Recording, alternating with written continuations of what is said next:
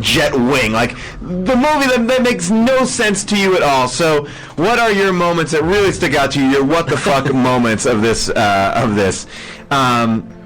I know that to me, I feel like the end was a huge what the fuck moment. Yeah. Which was, this kid, first of all, doesn't learn anything. He doesn't get any new powers. Yeah. Right. He mildly learns to control water. He also doesn't kill the fire people. He doesn't stop anything. No, we're told over and over again he doesn't kill anybody. You're not supposed to use the bending power. Oh, whatever. But, and also I have to ask, like, what skills was he learning in terms of being a better bender? Who knows? Were there any skills? All I know is, like, they bring him down, and they bring him down, the boy and the girl, little Pauly D and the good actress, and they go, we want you to be our airbender. And then they cut to a huge CGI scene of, like, all these people bowing to him, and he, like, sits there and he's about to cry. This kid looks like he's about to cry the entire movie. It's literally the Star Wars moment at the end when they walk through the processional and get the medals on the stage. Yeah. But now at the airbender, like, everyone's bowing to him, and then he just starts going into Tai Chi again, which leads me to believe, is he going to kill all of them? Like, because that's the only time that you do Tai Chi is to shoot shit. And he does Tai Chi and then freezes. Yeah. And it's almost as if it's going to be the last, like, freeze frame on that, but it doesn't. It's a static shot, and he's moving slightly. He's holding a Tai Chi pose, but moving slightly. They just should have It is very disconcerting. And then it cuts to another scene that's setting up this sequel, which is like, How dare they set up a sequel? How dare they? God damn it. And then the sequel is so, like, the father of the son, the father of the fire king. Like, he's I gotta say, basically he's like this. He's like, hey, guess what? My son messed up, but now it's up to you, daughter. Like, who cares? Oh, that's the big reveal that this guy has a daughter. That's the sequel. Your son messed up in the first movies, and now you're saying your daughter. Like, that's it. That's the heightening of it. That's terrible. Yeah. My favorite part was the part where I was like, really? Come on. Are you serious? There's a moment where Slumdog Millionaire is back on the boat. He's like had like a defeat. Right. He's lost the airbender. He had the airbender, now he's lost him. And he's on the bow of his ship, and he's looking down longing. He's been banished from his family, right? He's looking down longingly, not at a picture of them, but at a crude painting, a crude family portrait that literally looks so stupid. And I was like, oh, this is the moment where he wanted to have, like, couldn't he just be holding a picture so we realize what he misses and he's away from his family? No, they wouldn't have pictures in this world. Okay, so maybe they all sat for a small picture-sized drawing. Like a Polaroid version of it. But it is so shittily done. I know people have been writing on the boards that I say literally all the time, but that was the moment where I flipped out and was like, what is happening? I got up and I stopped and started this movie 4 times. Like, and I really was just like, and there was a point at the end where I just started to fast forward. I was like, okay. I was mad at you for making me watch this movie. It felt like it was so long. I fell asleep in the middle, and then I woke up, and I was like, what the fuck? There's nothing helping you. You don't understand what's going on. There's nothing to latch on to. Which is why, in a way, I didn't mind that last scene with the daughter, because it was at least a part of a story I understood. Well, we at least know that the daughter's coming out. Okay, I got that. I genuinely hope he's able to make the sequels. I want it to happen. I had to watch an episode of Top Chef immediately afterwards, just like orient myself in a world this is something that I know. Yes. Yeah. One of my favorite moments was during a flashback when the Avatar is at his little academy. Yes. And there's like the teacher, his mentor, the guy who looks a lot like Russell Simmons. He's like, yeah. He is teaching him all these skills about airbending, and a leaf flies by and gets stuck on his face, and all the kids start, you know what I'm talking about? The kids start laughing hysterically. That a leaf gets on his face. A leaf gets stuck on his face. They're laughing at the bald kid with a face tattoo of an arrow pointing to his eyes, and the leaf is what really cracks them up. That's the odd thing out of it. M. Night was just like, no, it's just a leaf. And we gotta lighten it up. We gotta lighten it up, you guys. That's a leaf on his face. We need some levity. This movie, if you told me this movie took place in 4 days, I would buy it. If you told me this movie took place over 10 years, I'm like, yeah, that makes sense. Well, there's all these things that were like that approximated the journey of like Lord of the Rings or something. Yeah. But without any sense of time or place or they flew on that dog everywhere, and the dog. It didn't seem like it seemed like these colonies were maybe 30 minutes away. It was like the colonies are Brooklyn, Manhattan, and Queens. Like that's how close they would be. Yeah. My other favorite what the fuck moment was, I've already mentioned, bring me your elderly. Oh, bring me your elderly. That was real. As a line, bring me your elderly. Oh, why? You don't know why. So, and I just imagine it being like, okay, cut, okay, hey, Slumdog Millionaire, we're gonna need you to be more threatening when you say, bring me your elderly. Well, really Slumdog Millionaire also did a lot of lines like this, like, well, I don't understand why these people are mad. I was like, whoa, wait, where did that happen? Like, it was always like, oh, I'm angry. There was a couple moments. There were a couple of what the fuck moments. So the Avatar has been buried beneath the ice for the water for 100 years. He comes up and he goes back to where he first studied, the big monk monastery, right? He's running around, and the first thing he says is, "Hey guys!" Yeah. And I was like, he just said, "Hey guys." That is the most modern thing that it's like, "What's up, dudes?" To like, and there were a couple things where it was like, "Hey guys." Well, and they were also in like Harry Potter, like wizard outfits in that academy. Yeah.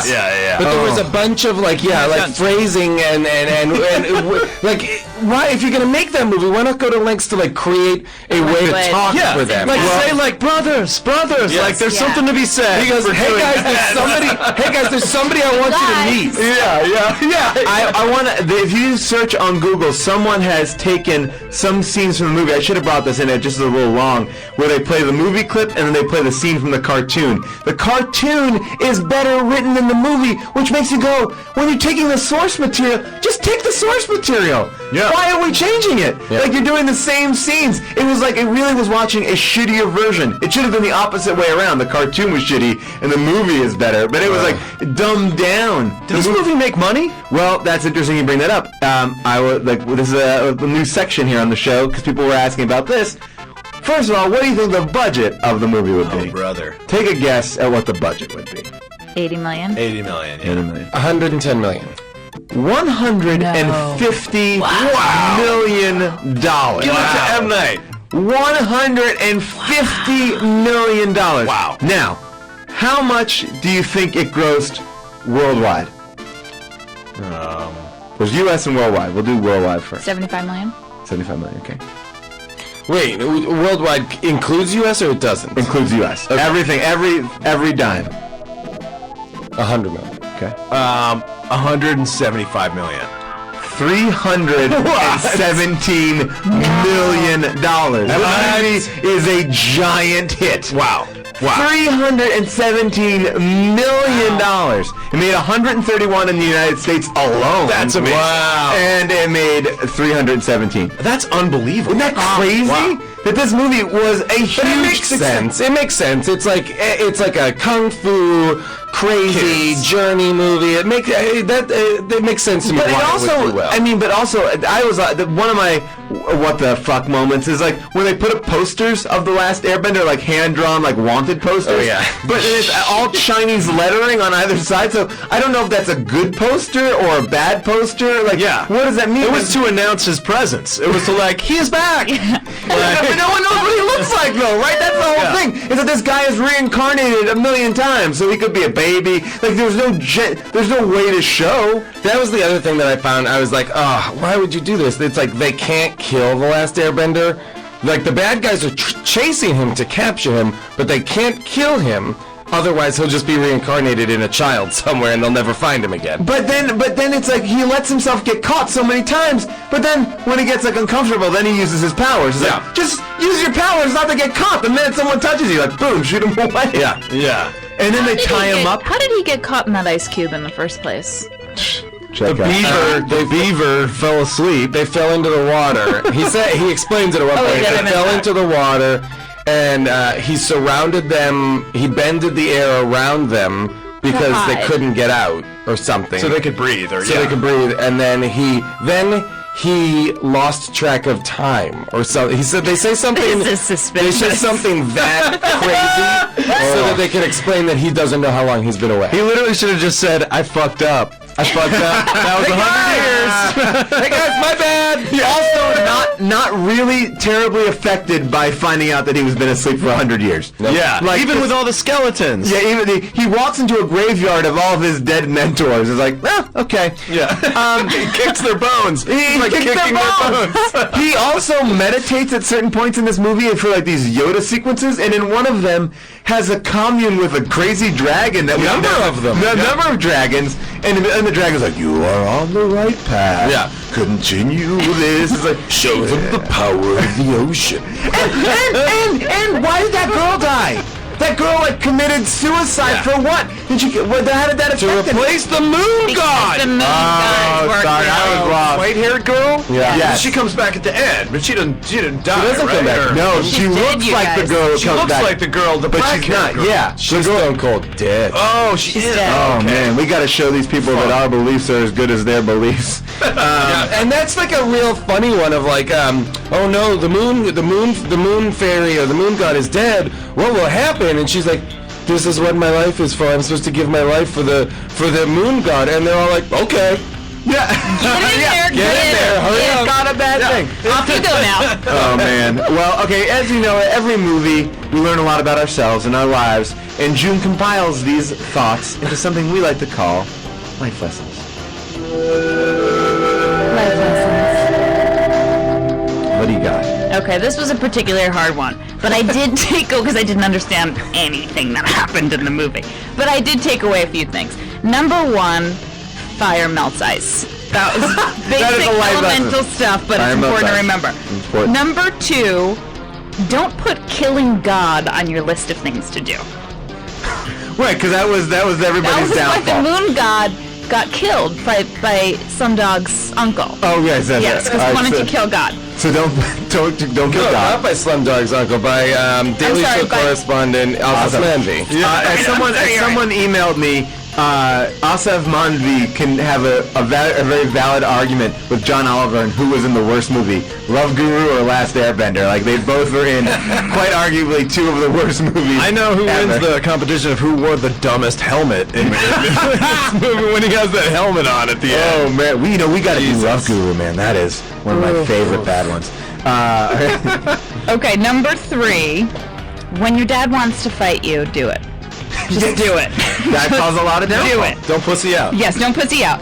Number four, if you're gonna commit suicide, lie yourself down softly in a pool of moonfish because it seems like a really pleasant way to go. No She's like, idea. her soul, guys, really? Do I have to spell this But out? why did she die in that pool, Jason? Because her soul went into another koi and became the replacement But for what the killed fish. her physical body? Then that koi died. What? What killed her physical body? Nothing. Her soul left her body and went into the fish. All right. And the fish lit up. Yeah. Like in a video game. Yeah. This movie is like a shitty Okay. Wait, you guys, this is maybe the most important one. Number five, it's not Avatar or Avatar. It's both. Yes. Yeah. The Avatar calls himself the Avatar. Well, he's saying that with a fire accent. Yeah, different accents, bland accents. Oh man, those are very good lessons. Now it's time to hear from you, the listeners. Obviously, this movie was ripped apart by everybody, so we asked you to send us some backhanded compliments. So instead of ripping on the movie, give it a compliment that maybe highlights something that you thought was terrible. So it's time for some listener mail. You've got mail. Alright, so you have emailed us at earwolf.com, and here are some of your backhanded compliments. Well,